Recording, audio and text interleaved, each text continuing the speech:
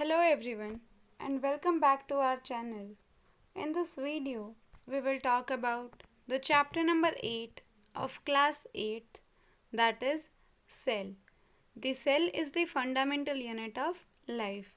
In this video, we will talk about the shape and the size of the cells and the other aspects of the cell. Cell, the shape and size. Different organisms have cell of different kind. तो जो अलग अलग organism हैं उनके अंदर अलग अलग तरीके की सेल मौजूद हैं. The cells show variation in terms of their shape and size.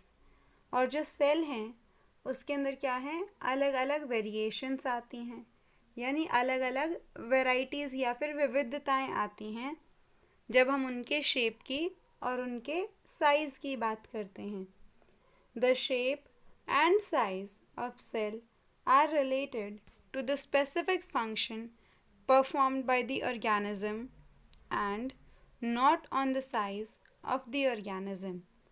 तो जो सेल है उसका शेप और साइज़ कैसा होगा वो किस चीज़ के ऊपर डिपेंड करता है कि वो कौन सा फंक्शन परफॉर्म कर रही है, यानी वो उस ऑर्गेनिज्म के अंदर क्या काम कर रही है.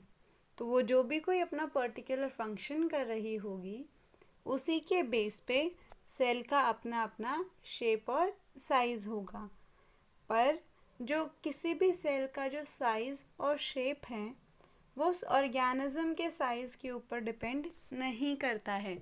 यानी कि अगर हम ह्यूमन बीइंग्स हैं तो हमारी height as compare to frogs ज़्यादा है, तो इसका मतलब ये नहीं है कि हमारी बॉडी की सेल्स ज़्यादा बड़ी होंगी एज़ कंपेयर टू जो फ्रॉग या फिर जो और छोटे दूसरे एनिमल्स हैं.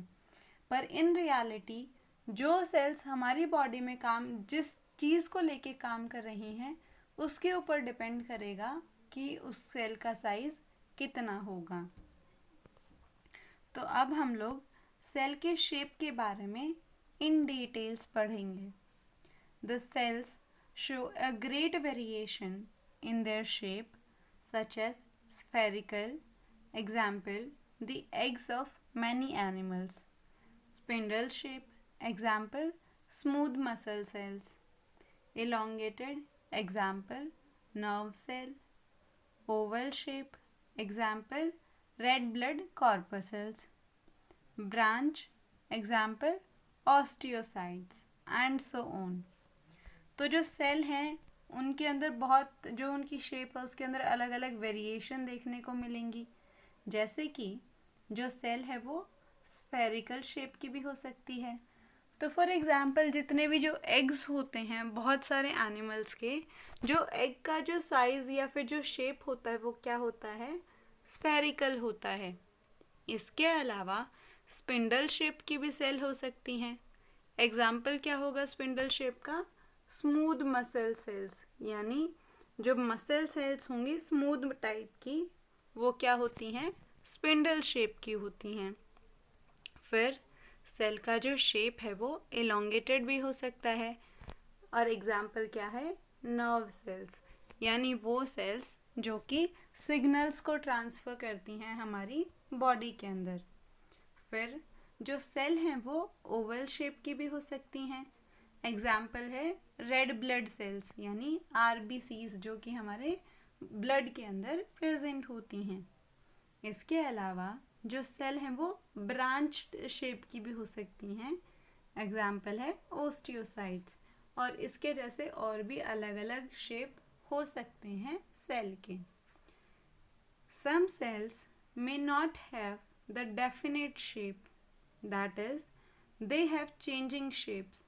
तो कई बार ऐसी भी सेल्स होती हैं कुछ जिनका अपना कोई एक पर्टिकुलर शेप नहीं होता है, उनका कोई अपना एक आकार नहीं होता है, वो अपना जो शेप है वो लगातार चेंज कर सकती हैं.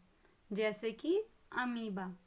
अमीबा के बारे में हम पहले भी पढ़ चुके हैं. अमीबा के पास क्या था, सूडोपोडिया थे, और उसी सूडोपोडिया की मदद से वो क्या करता है, जो भी उसका खाना है उसको कैप्चर करता है. पर जो अमीबा है उसकी एक कोई पर्टिकुलर शेप नहीं होती है।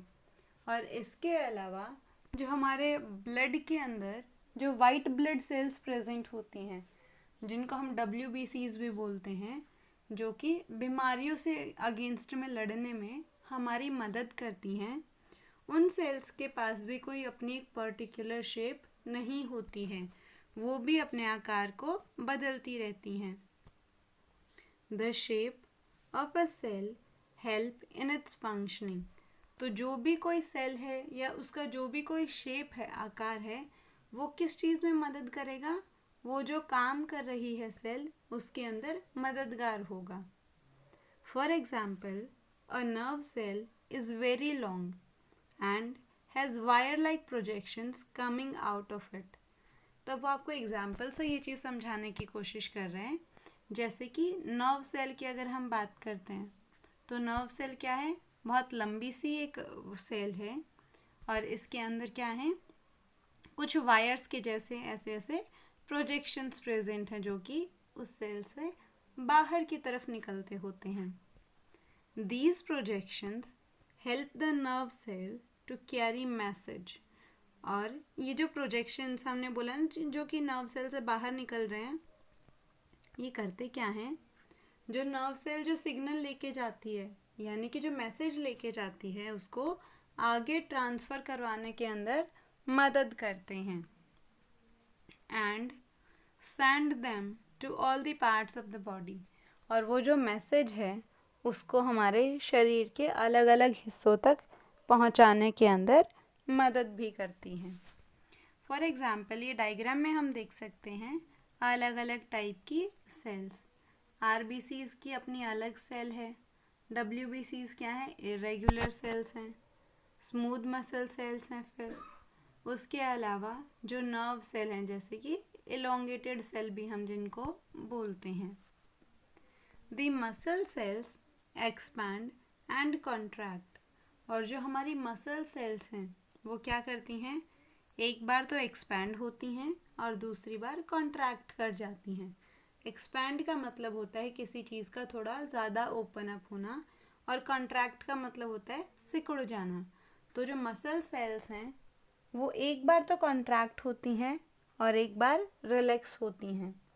हमारी जो बोन्स होती हैं उनको वर्क करवाने के लिए दो मसल सेल्स काम में आती हैं। एक टाइम पे तो एक मसल सेल कॉन्ट्रैक्ट होती है और दूसरी उस टाइम पे क्या करती है? रिलैक्स करती है। वहीं जब दूसरी सेल कॉन्ट्रैक्ट करेगी तो उस टाइम पे क्या होगा? पहले वाली रिलैक्स करेगी। All the cell components are enclosed in a membrane which provide shape to every plant and animals। तो जितनी भी जो सेल होती हैं उन सब के अंदर अपना कोई ना कोई कंपोनेंट यानी कि ऑर्गेनेलीज प्रेजेंट होती हैं, और वो ऑर्गेनेलीज उनके अंदर जो अलग अलग शेप का या फिर और अलग अलग जो काम है उनको करवाने में मदद करवाती है। उसके बाद है cell size. The size and the cells and their organelles are measured by a fraction of millimetre. तो जो सेल हैं और उसकी जो ऑर्गेनेलीज हैं, यानी कि अलग अलग चीज़ें जो इसके अंदर मौजूद हैं, हम उनको कैसे मेजर कर सकते हैं, कैसे हम उनको माप सकते हैं? जो मिलीमीटर होता है उसके भी फ्रैक्शन से हम उसको माप सकते हैं। 1000 of A millimetre is called a micron और माइक्रोमीटर। तो जो 1000वां हिस्सा होता है 1 मिलीमीटर का, उसको हम क्या बोलते हैं? 1 माइक्रोन। और जो सेल्स हैं वो नॉर्मली इसी माइक्रोन या माइक्रोमीटर के नाप से मापी जाती हैं। Most of the cell are microscopic in size and are not visible to naked eyes। तो मोस्टली जो सेल्स होती हैं वो क्या हैं? माइक्रोस्कोपिक हैं, यानी कि हम उनको माइक्रोस्कोप के अंदर ही देख सकते हैं, अपनी आँखों से उनको नॉर्मल विजुअलाइज नहीं कर सकते हैं। They need to be enlarged और magnified by a microscope to be seen. तो ऐसे सेल्स को देखने के लिए क्या करना पड़ेगा, या तो उनको बड़ा करना पड़ेगा या फिर माइक्रोस्कोप के अंदर उसको और ज़्यादा जूम करके देखना पड़ेगा। The size of cells varies from a very small cell of bacteria to a very large egg of a ostrich।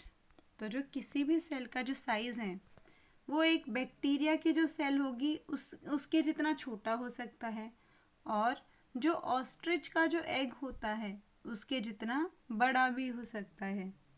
तो अब यहाँ से एक क्वेश्चन ऐसे पूछा जा सकता है कि which is the largest cell.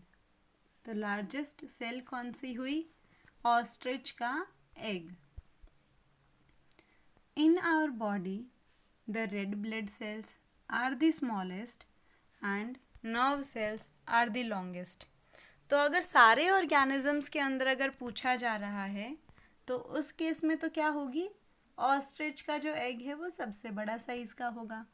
पर अगर आपको क्वेश्चन में ऐसे पूछा जाता है कि हम ह्यूमन बीइंग यानी इंसानों के अंदर सबसे जो बड़ी सेल और जो सबसे छोटी सेल है वो कौन सी है, तो हमारे अंदर सबसे बड़ी सेल है नर्व सेल, और जो सबसे छोटी सेल है वो कौन सी है, रेड ब्लड सेल्स यानी कि RBCs.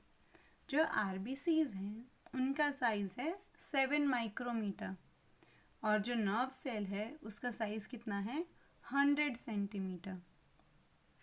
The alga Acetobularia unicellular organism consists of a single cell having a length of 10 centimetre. तो एक एल्गी है जिसका नाम है एसेटिबुलेरिया। वो क्या है, यूनिसेल्युलर ऑर्गेनिज्म है, यानी कि इसके पास एक ही सेल मौजूद है, और वो जो एक सेल है उसका साइज़ कितना है, 10 सेंटीमीटर। यानी कि हमारी जो एक नर्व सेल है उसके जितने साइज़ में तो एक नया ऑर्गेनिज्म भी मौजूद है।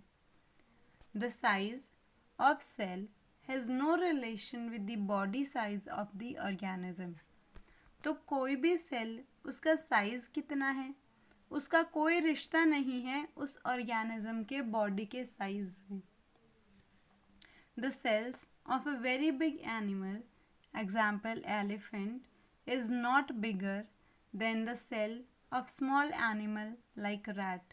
तो उसने आपको यही चीज़ एक एग्जाम्पल लेके समझाई है कि जैसे कि हम एलिफेंट लेते हैं, एलिफेंट क्या है, एक बहुत बड़ा ऑर्गेनिज्म है, एक बहुत बड़ा एनिमल है, पर उसके अंदर जो सेल मौजूद हैं और जो दूसरा एक छोटा सा एनिमल की अगर हम बात करें, हम बात करते हैं रैट के बारे में, तो रैट तो एलिफेंट की कंपैरिजन में बहुत छोटा ऑर्गेनिज्म है, पर इन दोनों ऑर्गेनिजम्स के अंदर जो सेल मौजूद हैं उनकी साइज़ में कोई फ़र्क नहीं है।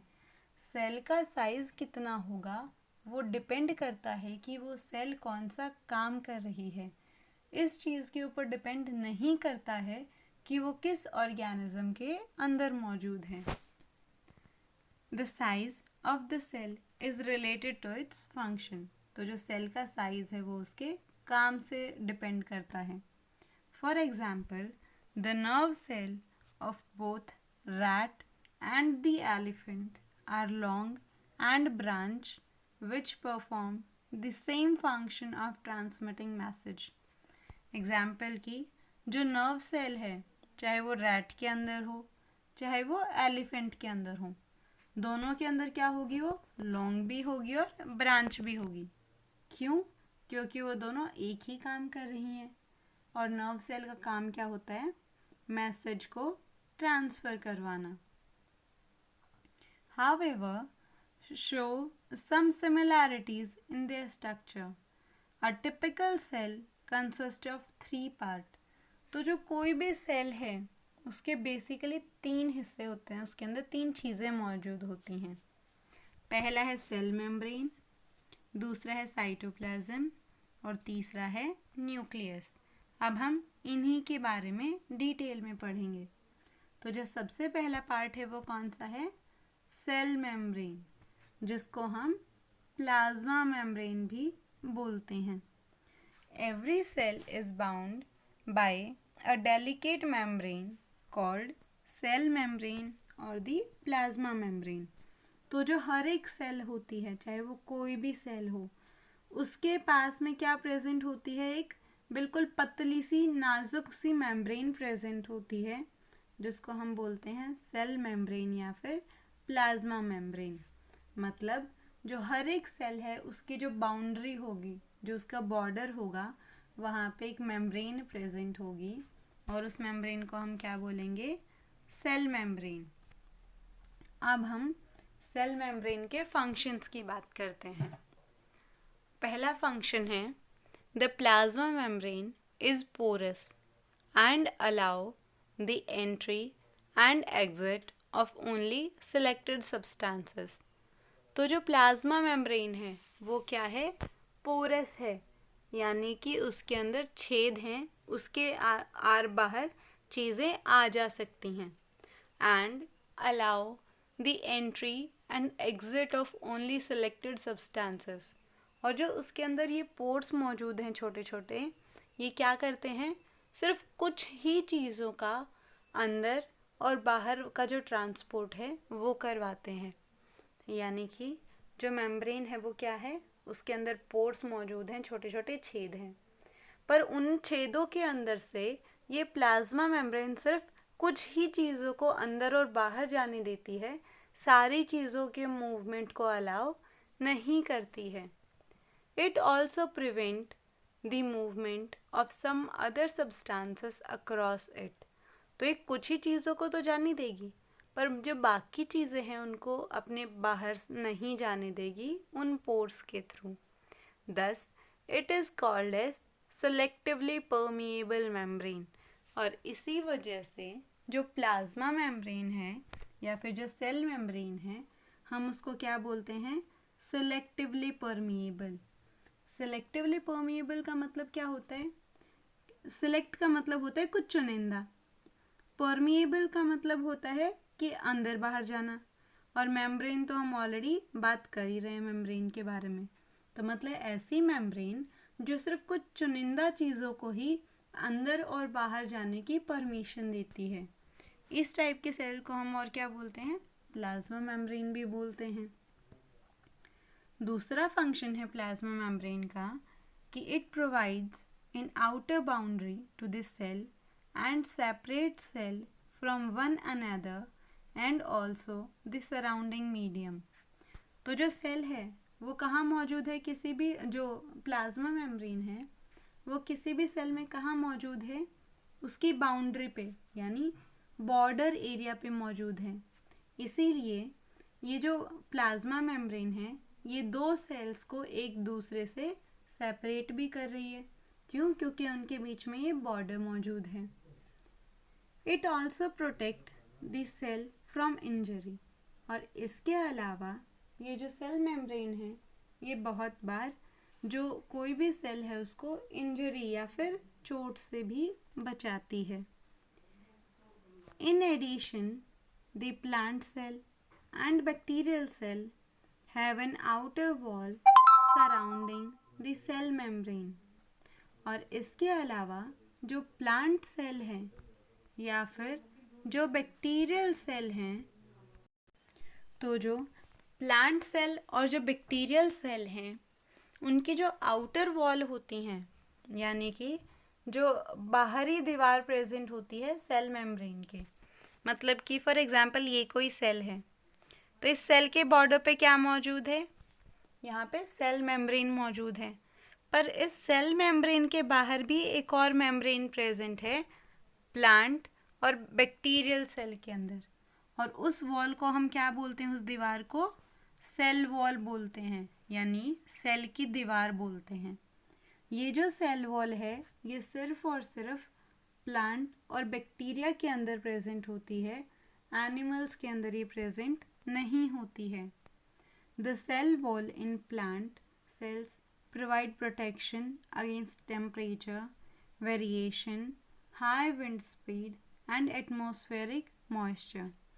और इसके अलावा जो प्लांट सेल और जो बैक्टीरियल सेल है, इसके पास क्या है, सेल वॉल है। तो ये सेल वॉल करेगी क्या? सबसे पहले तो जो बाहर का जो टेम्परेचर है, यानी जो बाहर का जो तापमान है, अगर उसके अंदर कोई भी वेरिएशन आ रहा है, यानी कोई भी चेंज आ रहा है, तो ये उस चेंज से भी, यानी उस टेम्परेचर से भी उस सेल को प्रोटेक्ट करके रखेगी। और अगर कोई ज़्यादा ही विंड स्पीड बहुत ज़्यादा हाई है, यानी बहुत ज़्यादा आंधी वगैरह है, तब भी। और अगर एटमॉस्फेयर के मॉइस्चर के अंदर भी कोई चेंज आ रहा है, ऐसी सिचुएशन के अंदर भी ये जो सेल वॉल है वो प्लांट सेल को और बैक्टीरियल सेल को प्रोटेक्ट करके रखेगी। तो अब हम लोग एक बार दोबारा से रिवाइज कर लेते हैं कि हमने अभी तक क्या क्या पढ़ा है। तो सबसे पहले आज हमने किस चीज़ के बारे में पढ़ा? सेल शेप के बारे में पढ़ा है। तो जो सेल है उसकी बहुत सारी शेप हो सकती हैं।